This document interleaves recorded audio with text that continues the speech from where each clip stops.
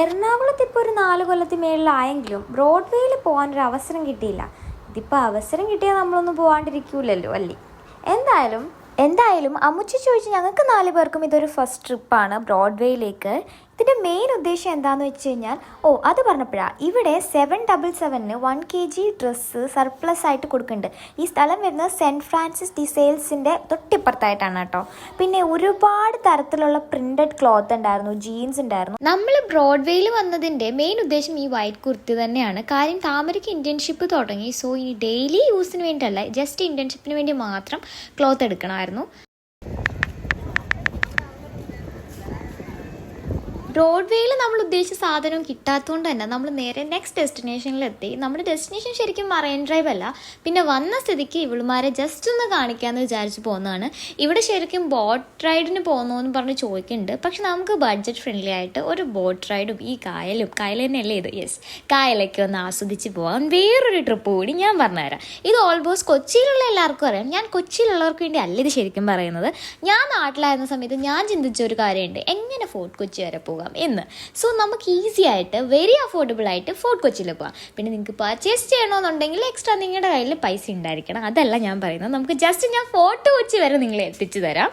So budget friendly ആയിട്ട് അവിടെ നിന്നൊരു മീൽസും കഴിക്കാം. സോ നമ്മളിപ്പോൾ മീൽസ് കഴിക്കുന്നില്ല, ഇപ്പം നമുക്ക് മറൈൻ ഡ്രൈവിൽ എനിക്ക് ഭയങ്കര ഇഷ്ടമാണ്. പണ്ട് കാത്തൂൻ്റെ ഒക്കെ കൂടെ നമ്മൾ മറൈൻ ഡ്രൈവിൽ വരുമ്പോൾ നൈറ്റ് വരുമ്പോൾ ശരിക്കും ഇട്ടാപ്പൊട്ടിയും ഇതേപോലെ മാങ്ങയൊക്കെ വാങ്ങിച്ച് കഴിക്കുമായിരുന്നു കേട്ടോ. അത് ഭയങ്കരമായിട്ട് ഹിറ്റ് ചെയ്തു, മെമ്മറിയിൽ ഇങ്ങനെ വന്നായിരുന്നു ഇത് കഴിച്ചപ്പോൾ. അതിൻ്റെ അടിപൊളി ടേസ്റ്റ് ആയിരുന്നു. മാങ്ങയ്ക്ക് പക്ഷേ ഇച്ചിരി ഒരു മധുരം കൂടിപ്പോയെന്നൊരു സംശയമില്ലാതില്ല. ബട്ട് പെട്ടെന്ന് തന്നെ കാലിയായി. ആഫ്റ്റർ ദാറ്റ് നമ്മുടെ ആണ് ബഡ്ജറ്റ് ഫ്രണ്ട്ലി ആയിട്ട് നമുക്ക് ഫോർട്ട് കൊച്ചിയിൽ പോകാം. ഫസ്റ്റ് നിങ്ങൾ ചെയ്യേണ്ടത് ഹൈക്കോർട്ട് ജംഗ്ഷനിൽ ഒന്ന് ഇറങ്ങാം, ബസ്സിനാണെന്നുണ്ടെങ്കിൽ. സോ നമ്മൾ മറൈൻ ഡ്രൈവിൽ പോയതുകൊണ്ടാണ് ആ വഴി വന്നത്. സോ നമ്മൾ ഹൈക്കോർട്ട് ജംഗ്ഷനിൽ വാട്ടർ മെട്രോ ത്രൂ ആണ് പോകുന്നത്.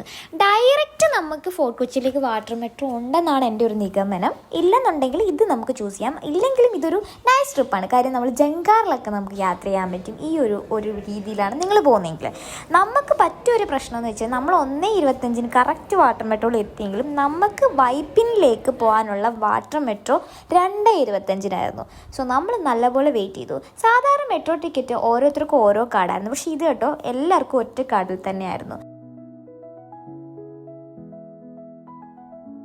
ഇരിക്കുന്ന പോട്ടുണ്ടല്ലോ, കുറച്ച് നാളായിട്ട് വാങ്ങിക്കണം എന്ന് വിചാരിക്കുന്നു. എന്തായാലും നമുക്ക് വാങ്ങിക്കാം. പിന്നെ ഇതാ ആ കാണുന്നതാണ് നമ്മുടെ പാലസ്. ഏത് പാലസ് ആണെന്ന് മനസ്സിലായോ? മൈബോ സിനിമയിലും വെള്ളി നക്ഷത്രത്തിലും ഒക്കെ ഉള്ള പാലസ് അറിയില്ലേ? Yes, Bolgatty palace.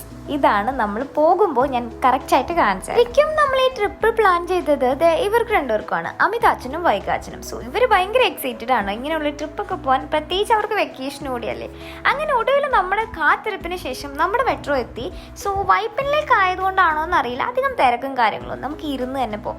ഇഫ് നിങ്ങളുടെ ഫോണിൽ ചാർജ് ഇല്ലാന്നുണ്ടെങ്കിൽ നമുക്ക് പ്ലഗ് വഴി കേബിൾ വഴിയും ചാർജ് ചെയ്യാം. അതേപോലെ തന്നെ നമുക്ക് നോർമൽ ചാർജർ വെച്ചും ചാർജ് ചെയ്യാൻ പറ്റും. സോ നിങ്ങൾ അതിനെപ്പറ്റിയൊന്നും വെറി ചെയ്യേണ്ട ആവശ്യമേ ഇല്ല. ഇതിലെല്ലാ ഫെസിലിറ്റീസും അവൈലബിൾ ആണ്. സോ ഇത് നല്ലൊരു ഫ്രെയിമായിട്ട് എനിക്ക് ഫീൽ ചെയ്തു. എനിക്ക് ഭയങ്കരമായിട്ട് ഇഷ്ടമായി. അത്യാവശ്യം നല്ല വെയിലുണ്ടെങ്കിൽ ഇപ്പം എന്താ നമുക്ക് കാഴ്ചകളൊക്കെ നല്ല ഭംഗിയായിട്ട് കാണാനും പറ്റും. അതേപോലെ തന്നെ നമുക്ക് നല്ല AC ഒക്കെ കൊണ്ട് നല്ല കൂളായിട്ട് നല്ല വ്യൂ കിട്ടും. ശരിക്കും പറഞ്ഞാൽ നിങ്ങൾക്ക് ഇപ്പം നമ്മൾ വണ്ടി സ്റ്റാർട്ട് ചെയ്യും, അപ്പോൾ നമുക്ക് കറക്റ്റായിട്ട് കാണാം. ഞങ്ങൾ ഇങ്ങോട്ട് എത്താറായപ്പോഴത്തേനും അടുത്ത മെട്രോ പോയ സ്ഥലത്ത് തന്നെ തിരിച്ചെത്തുന്നു.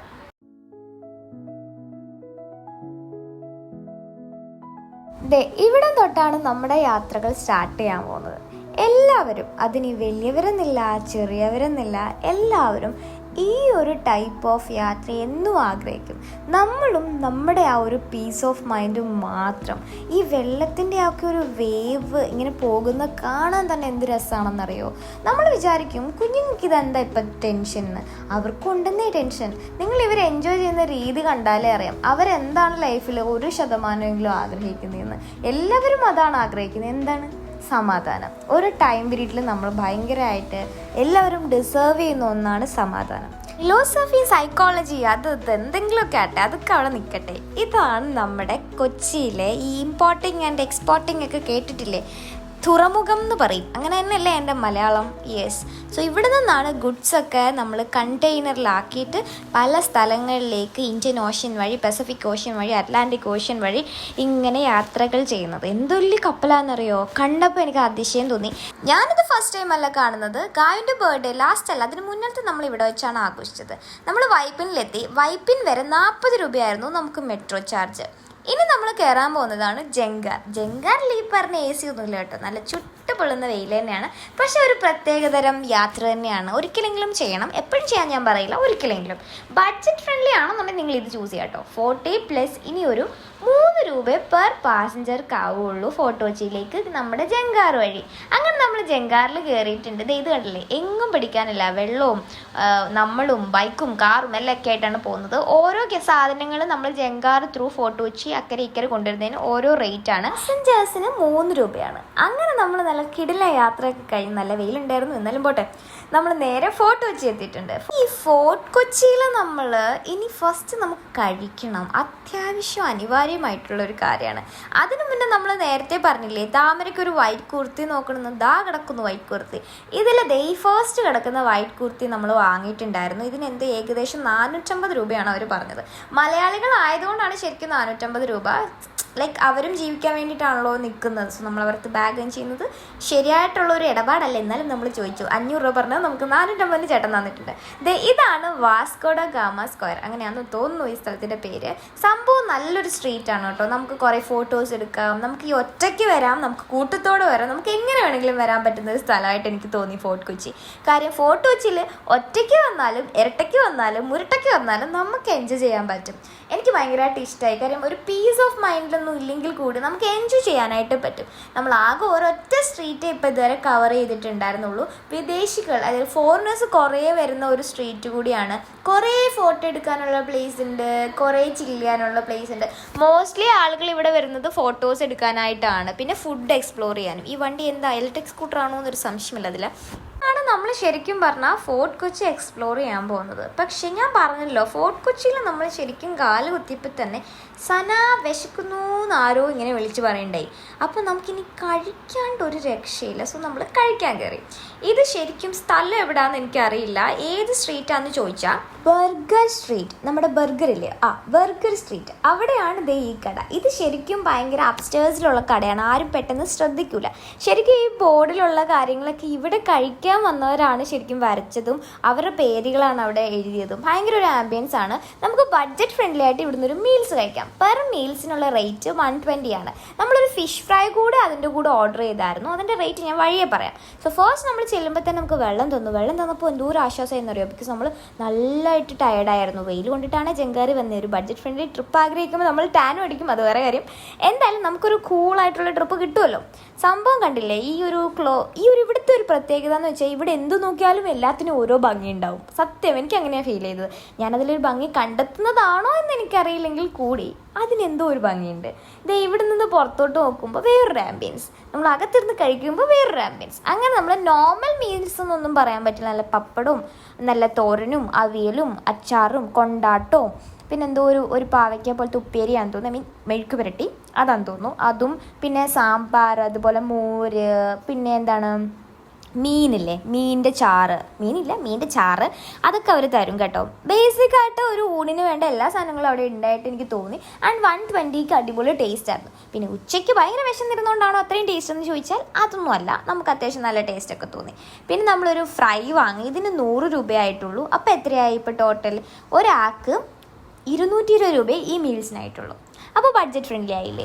നല്ല വിശപ്പുണ്ടായിരുന്നു, അതുകൊണ്ട് നമ്മൾ കാലിയാക്കി. ആഫ്റ്റർ പരിപാടി എനിക്കൊന്ന് കിടന്നാൽ മതിയായിരുന്നു. ഇനിയിപ്പോൾ ഫോട്ടോ വെച്ച് എന്നുള്ളൊരു മൈൻഡ് സെറ്റായിരുന്നു എനിക്ക്. സത്യം പറഞ്ഞാൽ നല്ല ക്ഷീണമായി, നല്ലപോലെ ഹെവി ആയിട്ട് ഞാൻ ഫുഡ് കഴിച്ചു.